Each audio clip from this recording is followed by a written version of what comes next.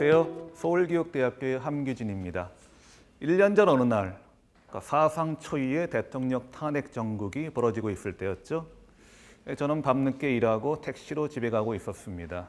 그때 운전기사 아저씨가 라디오를 틀었습니다. 당신은 어느 채널이고 내보내던 탄핵 어떻게 볼 것인가 류의 방송 프로가 나오더군요. 진행자는 시민의 의견을 듣겠다면서 한 사람을 호출했습니다. 호출된 시민도 택시 운전사라고 했는데요.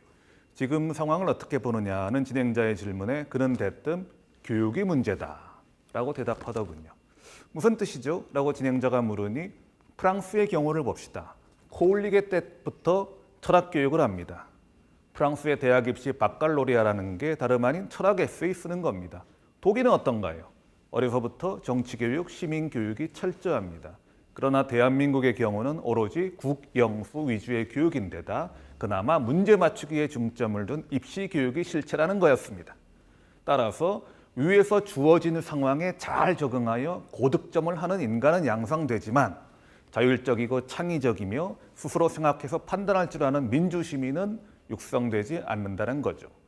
그리하여 정치를 자신들의 일이라 여기지 않고 정치인들에게만 맡겨놓다 보니 국정농단이 벌어지고 우리 손으로 뽑은 대통령을 우리 손으로 끌어내리고 하는 일이 벌어지는 게 아닌가. 그분의 말씀은 이랬습니다. 저는 그 운전사분이 옆에 계셨다면 껴안아드리고 싶었습니다.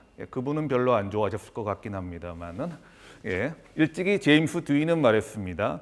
민주주의가 교육이고 교육이 민주주의다. 단 하향식 주입식 일방적 교육은 그렇지 않다. 학생들 스스로 생각하고 자신만의 흥미를 찾고 스스로 익히면서 다른 친구들과 협력하는 교육이야말로 민주주의를 학습하는 것이며 민주주의 그 자체인 것이다. 그런데 1950년대의 우리나라를 보면서 이렇게 말한 사람이 있었죠. 그레고리 핸더슨이라는 사람인데 민주주의의 껍질을 쓰고 있을 뿐인 소용돌이의 정치다. 무슨 말이냐? 한국 사람들은 정치에 관심은 많다. 그러나 자기 의견이라는 게 없다. 외국에서는 다양한 사회 분야에 맞게 다양한 이익집단, 시민단체, 정당이 있어서 개개인의 입장이 정치권에 투영되도록 하지만 한국 사람들은 이 지도자에서 저 지도자로 시선만 오갈 뿐 스스로의 삶과 정치를 연결지을 줄 모른다. 정당이나 단체는 권력 엘리트들의 사랑방일 뿐이며 시민들과 정치권을 매개하는 기능을 못한다. 실질적으로 자유로운 사람은 대통령 한 사람뿐이며 모든 기관, 정당, 단체, 국민은 그를 중심으로 돌아가는 거대한 소용돌이의 일부분이다. 그리고 한국의 열악한 민주주의와 시민의식을 개탄했던 함석헌 선생은 이렇게 말했습니다. 생각하는 백성이라야 산다. 우리나라 사람들은 우수하다고 합니다. 사실이 그런 것 같아요. 제 대학 수업 시간에 어려운 문제를 들이대면서 대답해보라 하면은 척척 잘도 대답합니다. 그렇게 생각할 수 있는 것 같아요. 우수합니다. 그런데 그 우수한 학생들이 지적을 하지 않으면 도무지 먼저 말을 꺼내지 않더라고요. 말을 꺼내도록 만들어도 이번에는 또 자기들끼리 또는 저 같은 교수하고 토론을 벌일 줄 모릅니다. 교수가 사실과 다르거나 납득이 안 가는 말을 하더라도 가만히 있습니다. 그리고 수업 시간 끝난 다음 이렇게 자기들끼리 쑥덕거릴 뿐이죠. 다른 교수들 말을 들어보면 쇠칭 명문대학일수록 이런 경향이 심하다고 합니다. 왜 그럴까요? 그 운전기사분의 말씀대로입니다. 민주시민교육이라는 게 말로만 있지 실제로는 없기 때문이죠. OECD 국가들 가운데 독립교과로 시민교육 또는 정치교육이 편성되지 않은 나라는 우리나라 하나뿐입니다. 대신 도덕교육과 사회과 교육에서 그에 해당되는 요소를 나누어 교육하죠. 그런데 그 역시 실체가 아리송해요. 도덕교육에서는 본래 국가에 충성하는, 국가라기보다는 정부라고 하겠지만 시민이 아니죠. 시민을 키우기 위한 국민윤리 교육을 했는데 민주화가 된 뒤로는 그런 색채가 좀 엷어졌어요. 하지만 그렇다고 새로운 색채가 대신 올라왔냐면 그렇지가 않습니다. 도덕교육 내의 통일교육, 다문화교육, 세계시민교육 등의 항목에서 민주시민으로서의 가치와 의식에 대해 배우지만 그냥 겉핥기로 넘어가는 성향이 많아요. 게다가 하나같이 이런 좋은 가치가 있다. 그러니까 우리 자기 욕심을 버리고 이 가치에 충성하자. 와, 이런 식의 접근입니다. 죽음으로써 나라에 충성하자라는 과거 국민윤리 교육에 접근하고 다를 바가 없습니다. 그리고 정치에 대해서는 교과를 달리해서 사회과 교육에서 배우는데 왜 정치에 관심을 가져야 되는가? 정치란 건 도대체 우리 삶과 어떤 실질적인 연결관계가 있는가? 그런 문제는 다루지 않습니다. 국회란 무슨 일을 할까요? 우리나라는 대통령제인가 내각제인가? 따위의 지식만 전달하도록 짜여 있습니다. 이러니 민주시민 교과를 배우더라도 학생들이 흥미를 갖고 스스로 민주주의의 가치를 체득하며 다른 학생들 및 교사, 부모 등과 그 가치를 실천하는 과정이 전개될 리가 없죠. 아주 극소수의 학생이 그런 의식을 가진 학생이 있다. 그렇더라도 실질적으로 탄압받게 됩니다. 어떻게 탄압받게 됩니까? 그런 쓸데없는 시간을 할 생각이 있으면 문제 하나 더 풀어라. 그런 거 어차피 시험에 안 나온다. 결국 우리는 민주화를 했다지만은 아직도 권위주의 시대, 한편으로는 경제 개발을 위해서 실용적 지식만을 머리에 잔뜩 쑤셔넣은 국민을 양성하고 또한 독재 정권 유지를 위해 상명하복, 멸사봉공의 정신만을 강조하면서 이견을 말하는 사람은 곧 불순한 사람이다 라고 몰아서 탄압했던 시대에서 크게 벗어나지 못한 것입니다. 촛불 정권이란 이 정부에서는 뭔가 다르지 않을까? 저는 많이 기대했습니다. 여당 의원 몇몇이서 민주시민교육 지원 법안을 발의하기도 했습니다. 그러나 그 법안은 아직도 국회에서 낮잠을 주무시고 계십니다. 국회는 지난 9월 교육부에서 올린 민주시민교육 예산 꼴랑 30억 원, 그거를 전액 삭감해버리기도 했습니다.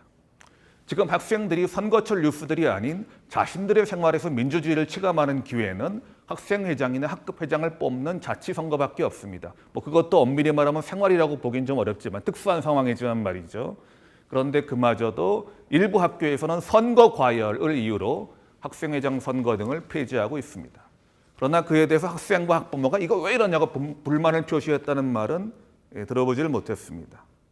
시험 문제 오류 또는 교과 시간 변경 등에 대해서 아주 들불처럼 들고 일어나는데 말이죠. 교권 수호에 목숨을 건다는 한국교총, 학생 인권에 민감한 전교조, 그들도 학생 자치의 퇴조나 민주시민 교육 예산 삭감 이런 문제에 대해서는 별다른 반응을 보이지 않고 있습니다. 이런 문제를 장래의 교사를 양성하는 저희 재직대학교의 서울기업대학교입니다. 그 수업 시간에 토론을 붙여봤어요. 이게 과연 어떻게 생각하느냐. 그랬더니 일부 학생들이 이러더라고요. 당연한 거 아닙니까? 교육은 신성한 거예요. 지저분한 정치로 오염돼서는 안 됩니다. 그들은 교육대학에 들어오려고 학생부 기재 내용을 좋게 쌓기 위해서 마치 필독서인 것처럼 핀란드 교육이란 걸 읽었습니다. 근데 과연 그 핀란드에서는 어린이 국회가 있고 그 국회에서 결의된 사안은 정말 무리한 사안이 아닌 이상 실제로 입법되도록 하고 있다. 이 사실은 과연 알고 있을까요? 이대로는 안 됩니다. 사람을 키우는 교육에서 무엇보다 중요한 민주주의가 제대로 교육되지 않는 이런 상황이 이어진다면 제2, 제3의 국정농단이 벌어집니다. 그리고 또 그때마다 또 촛불을 들게 되겠죠. 그런 역사가 반복될 수밖에 없습니다.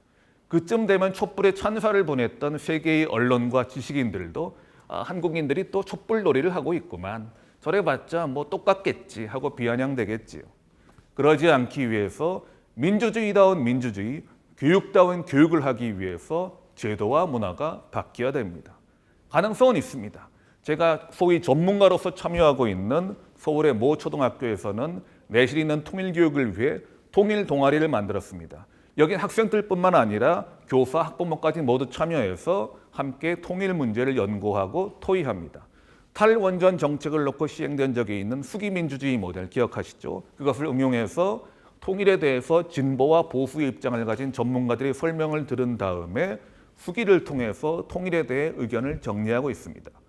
담당 교사와 참여 학부모, 학생들에 따르면 멀게만 느껴졌던 통일 문제가 이를 통해서 가깝게 다가왔다고 합니다. 그리고 스스로가 통일 문제에 대해서 내가 몰랐구나 하고 무지를 반성하는 한편 스스로 이렇게 노력하고 연구하고 서로 얘기를 하다 보면 문제를 해결할 수 있겠구나. 그런 문제 해결 능력에 대해서도 스스로 재발견하게 되었다고 합니다. 이건 학생 이야기만이 아닙니다. 교사들도 학부모들도 이걸 통해서 그렇게 되었다는 겁니다. 따라서 제도적으로 현재 낙동강 오리알 신세인 민주시민교육 지원 법안을 잘 손질해서 통과시켜야 되겠습니다. 미래 세대를 위해서, 그리고 기성세대 역시 위해서 제대로 된 민주시민 교육을 시행해야 되겠습니다. 그래야만 앞으로 우리는 대한민국은 민주공화국이다라는 말을 자랑스럽게 서로에게 그리고 세계 만방에 외칠 수 있을 것입니다. 네, 감사합니다.